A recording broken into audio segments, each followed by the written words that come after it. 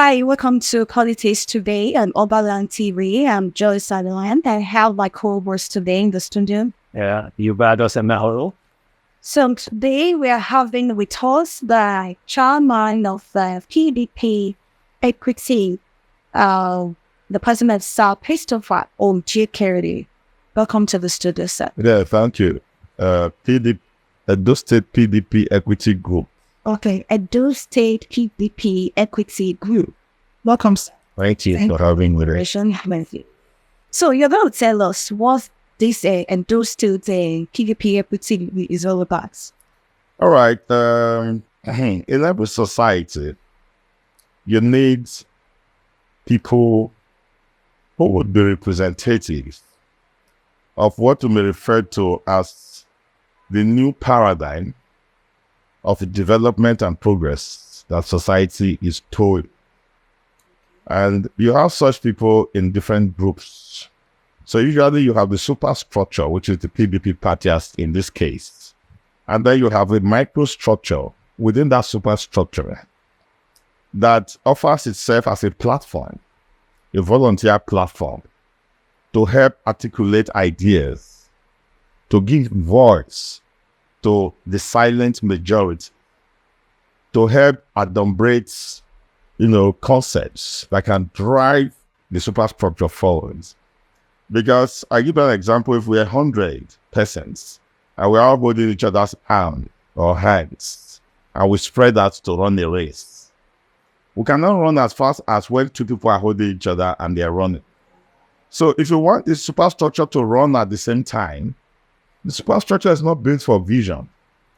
It is always inside the superstructure a nucleus that is built for vision. So that's why I use the word adumbrate. You adumbrate vision for the superstructure to move with. And that vision you try to translate to the people at the grassroots. Because all politics is local. People at the grassroots need to understand the trajectory of your superstructure. They need to understand where your party is going. They need to understand how your party should key into development, to transformation. And then be able to speak that language in the marketplaces, speak that language in the churches, speak that language where society will understand it. So PDP Equity Group has called to offer itself, to offer these services, so to speak, to create this platform, to give this forum, to everybody in PDP that have progressive ideas to bring forward, to everybody in PDP that believe in development and transformation to bring forward within the PDP, so that we can begin to get our leadership right within the PDP, that begin to get our standards right, obedience to our constitution right, and every other thing that needs to make a party function properly. We can begin to, and that's why we use the word equity. Equity, we just released a press conference, and it is PDP for all at all times. PDP as a party should serve all its members at all times. And that's the meaning of equity. Equity means that any group you belong to, whether community, whether the larger society or a smaller group, should always factor in your interest, in its plans, in its progress, and everything. So that's what it is. So, and I'm the chairman of that equity group. So what have you done so far since the beginning of this equity group? We have put out there, for instance, a press conference, as I just told you, in which we have brought people to speed to understand the current status of the thinking of PDP people at this moment. We are at the forefront to fight for the best candidate that don't have ever produced by any political party. When you mean fights, what do you mean by fights? Is it political fights? Political fights. Opposition party? Yes, fighting their political party through debates, through contestation of ideas, which you find they couldn't contest with us. I don't think you had the opportunity to interview anybody from the APC. I mean, I'm referring to the candidate. I don't think you had the opportunity to interview the candidate from the APC during the course of the election. I don't think you had the opportunity. The candidate of the APC, Model Pawelo. Yeah. It's not in the public space, okay, before the campaign, during the election. I'm not sure you had the opportunity to do that. If you had the opportunity to do that, what you wanted him to do is to bring out his ideas and policies, isn't it? To tell the people what he will do. We, on the other end of the PDP, will bring out our ideas. So you have a contestation. That's the fight. of ideas. So this equity group, members of this equity group, they are the forefront, bringing out ideas, helping to sell the ideas of the candidate of our party, helping to sell his manifesto. And now, election is over. But those ideas are still alive. You need somebody to continue to push those ideas. You need somebody to continue to give people an alternative of what we have right now. Because society must continue to develop. And being members of the PDP, within the PDP, we have decided to use the PDP as our vehicle because we believe in the superstructure of the PDP in which we exist. So what we are doing now is pushing forth those ideas. And that charity must begin at home. So we must begin with our own party. And when people from the outside see how organized we are within our party, when they see the people we are throwing up within our party, both as party members, party officials, party ideas, people will begin to understand that the opposition actually has an alternative that they will present. So that's what we are all about. Oh, thank you very much. Definitely when groups like this come up, there are bound to be some opposition. And some people who want to kick against it. Have you had any instances like that, issues of people coming out to kick against this group? You mean from within, even within the group, within the PDP? And okay, I understand what you mean. Right. Well, we haven't had such opposition, but you cannot be setting up a new paradigm of idea and you don't expect opposition. What you do is that you make yourself very visible and clear of what your motive and mission is. People naturally, from what I have found, naturally gravitate towards progressive ideas and vision. There will always be petty men who will be petty and think, okay, if they are not in charge of something, they don't have the ideas to drive it, they should kill it. But you cannot kill an idea whose time has come, especially an idea that is backed by God. So, but we've not had any visible, opposition from anybody. And I don't see why anybody should want to oppose such, sanguine, charitable, prospective idea as we are presenting. So it's an equity group. We must represent the interests of every member of the PDP and every group within the PDP. There are other groups within the PDP, but this is going to be the foremost group that will speak for them, that would articulate ideas for them and get their own ideas and help to properly shape it and articulate it. So it's an equity group. We're going to be equitable in everything that we do. I'll carry everybody along. We're going to be integrative in everything that we do. So if you have any opposition, they will fall by the wayside because pettiness can never win over likeness of heart and magnanimity of spirit, which is what this equity group is going to pursue within the superstructure of the PDP. So how old is this book? And it's a recent book. It's just inaugurating itself to the public and into the consciousness of membership. But as I told you, as a larger group without this name, we are at the forefront of pursuing the mandate of our candidates during the election. Now, after the election, we don't want to come out in that name or come out in that nomenclature or come out in that image. We want to not, because elections are over, we're in a state of abeyance. INEC has put us in a state of abeyance. And within that moment of, waiting, we want to come up with an idea or with ideas that will keep our party afloat and drive our party forward. Party shouldn't just be about election. There must be within the party a regenerative, transformative, ongoing, concern always within the party. Well, this is politics today. Yes. Let's go deep into the politics. Now, people have been talking about ambassador, the ambassador administration. So what is your take on this administration? Oh, wonderful. Ambassador is, in quotes, a political messiah. A messiah is not, we didn't say the messiah, because as a Christian, I'm very careful in using that word. But we said a political messiah. A messiah is somebody who is able to articulate the needs of a people and then not just scratch the surface or give knee-jerk policy, throw in knee-jerk policy palliatives. Okay. A messiah is one that sits down, articulate broad-based solution. And that's my love for Obasa. That he had the courage to sit down to articulate broad-based solution. He may not finish everything or succeed 100% in everything. He had 8 years to deal from, so to speak, ground zero, more or less, in every sector. So he had just 8 years to do that. He didn't have 18 years or 80 years. But in the 8 years, we can name broad-based foundational policy solutions, strategies, and the developmental agenda and plan that he has put in place for any administration who means well for the people to build on. Whether you talk about the educational sector, agricultural sector, health sector, just name the sector and I can give you the kind of broad-based foundational solution, the policy solution and strategy Obaseki has put in place. So he has kick-started Edo States to become a respectable community in the committee of nations. Because the kind of idea he has and the mega agenda he put in place, he wasn't looking at Nigeria. He was looking at Edo 5 million people and comparing to smaller countries like Gambia and so on and so forth. If those countries can exist as countries, then we can exist, so to speak, as a nation of our own and then become, our economic size will be comparable to countries, just as we are comparing Lagos economic size to countries. So that's the whole idea.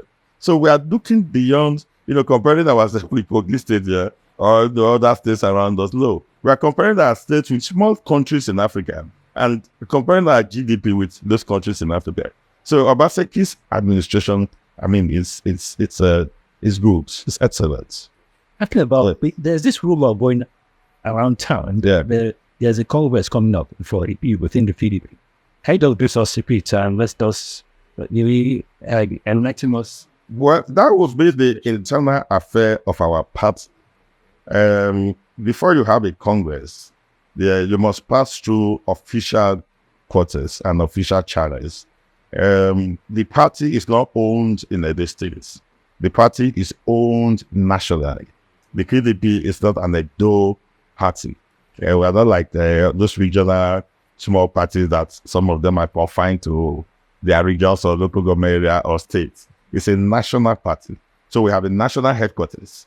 If you want to do a congress here, you will write to the national headquarters. The national headquarters will reply, give you the modalities and all of that. Until all of that is done, you cannot do a congress. You cannot be running on your own doing a congress. So we are not doing any congress yet in Edo State because there have not been any modalities or guidelines from the national headquarters. They've not constituted the Congress committee from the national headquarters. So we are trying to organize ourselves within the scope of our limitations right now. Yes. Thank you very much. Yes. So politically now, what do you think we think, because they're in court already, we are in tribunal. Yeah. So the outcome, what is your expectation that we have? The outcome will be justice. The purpose for which courts are set up is to dispense, execute, and administer justice. Once justice stops coming out from the courts, then the court has outlived their usefulness. Every institution is set up with objectives, with purpose, end purpose, outcomes.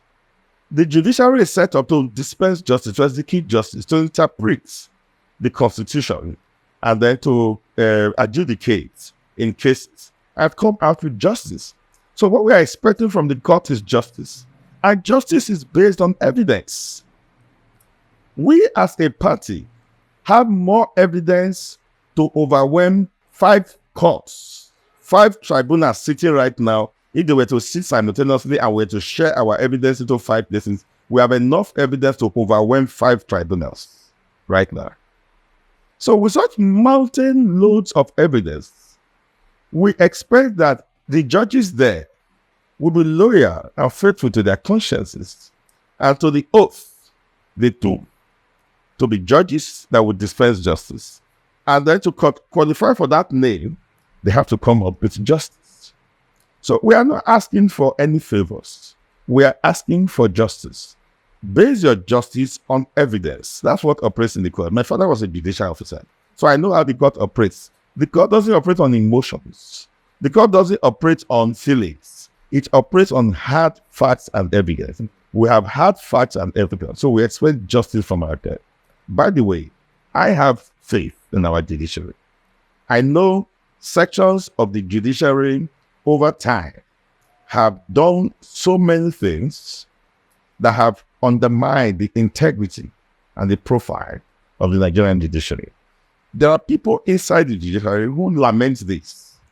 In fact, if you were to give the entire judiciary, that is, you are including the bench and the bar now, if you were to give them the free hand, they will reform themselves, and they will reform themselves from internally.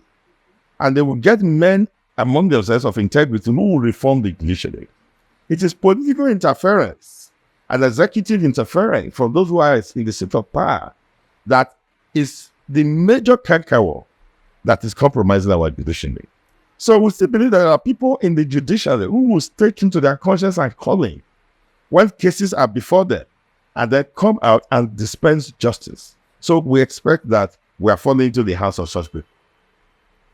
Even when inauguration of the new governor next is of November 12th. Yes. So don't we think there's no need for this court action? Why there have been injustice? And that's why I say justice to one is justice to all. When justice goes unredressed, it is injustice against entire society. So you cannot sideline justice, ignore justice, abandon justice to pursue what? Whatever you are pursuing is injustice. So justice must be attended to, because justice that takes care of the murderer and the armed robber is the same justice that takes care of the political robber, the man that committed political hearst, the man that stole mandates. It's just as liable and guilty as the man that stole your goods and stole your money with which you would have trained your children. So if you have ideas, if you present your money now, and you brought the ideas forward to come and help the people of Edo State, which are your children, the community of Edo State, which is a regenerative community giving birth to generations, and then the people saw your ideas and decided to give you a trust, their mandate, and somebody comes and steals it. He has stolen your life's words, your life savings, with which you were taking care of your children. And then we'll say, what's the use? I mean, what is the use? Let everybody just go in and so on and so on. What we have just done is that we have sanctioned that injustice can continue in society in every sector. But what goes out comes from. And then once there is a convenience to abandon it, and just take the confidence and we abandon it, we will become a banana republic, where life is short and British. That's all we call the Hobesan Republic. You heard of the Hobesan state of affairs, where life is short and British. Justice. When you talk about justice, then let's look at corruption. Because in Nigeria today, the politics, our politicians, they're more into corrupt practices. That is why we have this issue of injustice. So what advice would you have for our politicians? But I usually don't, the taxonomy of my analysis whenever I'm analyzing society is holistic. I don't, because you see, society is cyclical. What is happening in one, spirals down to another segment and then it goes around. So it's cyclical. Say Nigeria is corrupt, not our politicians. The judiciary is corrupt. The police is corrupt. The universities are corrupt. The universities are probably more corrupt now than any sector. We're afraid to send our daughters to the universities. So every sector is corrupt. We have heard of military generals that are making billions trading on the souls of people in the Northeast. So when you look at Nigeria holistically, the political class is one. Inside the political class, just as I said of the judiciary just now, you have men of high integrity. You also have those who are patently corrupt. It is now left for the voters to become the arbiters and judges of whatever class that is operating before them. to pick out those men of integrity and put their support behind them. And that's why you find that the equity group, for instance, within the PDP, has already and will continue to have men lining up who are going to pursue equity, justice, truth, without fear or favor within the PDP. So we want every sector to have such groups within them that would speak. If you're waiting for the entire group, the entire political group, the corrupt one should be visible. And people want to manipulate the process. And then those who are not corrupt, who have integrity like myself, who believe in equity, are advised, it's like this, it's like that, don't rock the boat, just let it's already spoiled. Don't do that, don't do that, don't do that. And we all have different callings.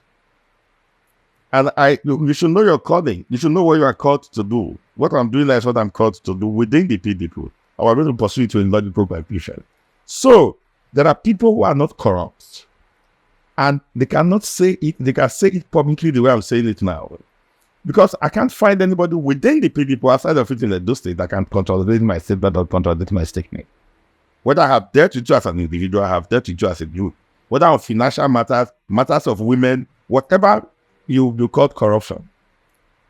So there are people who are not a politician, grassroots, leader in my world. So I don't want us to tar everybody with the same brush. The PDP candidate, for instance, that's where you go down, has been in corporate world for 40 years. As mouthy, negative, and critical as the opposition party APC was during the election, did you find them able to name anything corrupt against him? He's been in the corporate world, he's been dealing with money for about 40 years. So there are people who have built industry, who have built career, who have built precedences and antecedences, and they are almost watertight and foolproof, non-corrupt. So we are to stand up within the political class so that there will be hope in this country. There are many people who don't want to be corrupt in the grassroots. They are looking for people to lead them. And everybody is burying their head in the sand and playing the ostrich. What is wrong is wrong. Those who are corrupt are corrupt. They should be ashamed of themselves. Those who are not corrupt should stand up and be bold. If Nelson Mandela was not prepared to be a martyr, South Africa will not be free. And God made it. It wasn't a martyr. 27 years of his life, he donated to that country. It's the most developed country today in Africa in terms of infrastructure and even GDP growth. We keep exchanging. We're either larger today or they're larger tomorrow in GDP growth.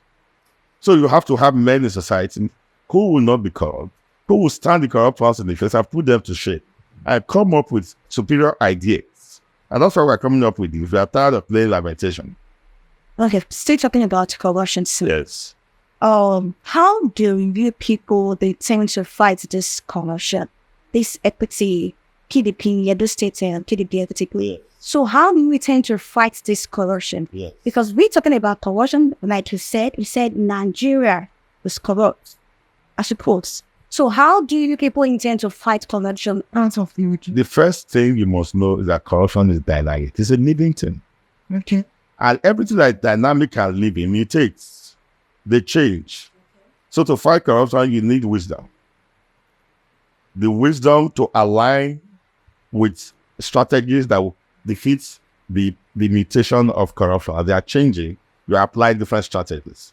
So we deal with each corrupt case with this strategy it deserves. Sometimes you are fighting is subtle. By the time it is understood that you are fighting, you've effected change. Sometimes it's frontal. Sometimes it's overt. Sometimes it's covert. So you just continue to watch and apply the strategy it requires. One of the ways we are fighting is that by being in this studio. And I'm talking about it. And I have challenged people to say, if you say you want to be a leader, now give us that assurance that you are going to lead by force of personal example. From your antecedents, your current state of activities, and then your activities going forward. And would you find people waiting to do that? So I should expect that those who don't want to be corrupt and listening to me now will know who to queue up behind. In the press conference, we put our telephone number there. We say people should call. If they have ideas to move us forward, if they want a platform, they should call those numbers. And it's an ongoing concern within the PDP. So that's how we're going to fight corruption. Or we should know that, they say corruption fight back. It should fight back. So that corruption has been fighting back in Nigeria, but Nigeria is still on its feet. Because this is God's own country. Yes. And we want to thank you very much, because this is an issue that is very, very pertinent and everyone is concerned about it. That is so much. Our nation is drifting because of our leadership. People say the problem we have is leadership. Now, what is the leadership? What's the problem? Because of corruption. And thank God for people like you who have come to say we have to stand out. We have to defend the integrity of the people. So I want to thank you very much for joining us and for letting us know that with the position now, with the integrity group, with the group, equity group, there's hope for those of us, especially those in the PDP. Thank you very much. Thank you for having me. Thank you for. Please help spread the story. There's a clear, silver light in the sky. Help spread the story. Thank you. Right, we've come to the end of the show, Politics, and today on Obelas TV. Please do subscribe, share, and follow us on YouTube, Facebook, TikTok. I remain your host, Just Alian, and I have with me also Another law with others. Thanks for staying tuned.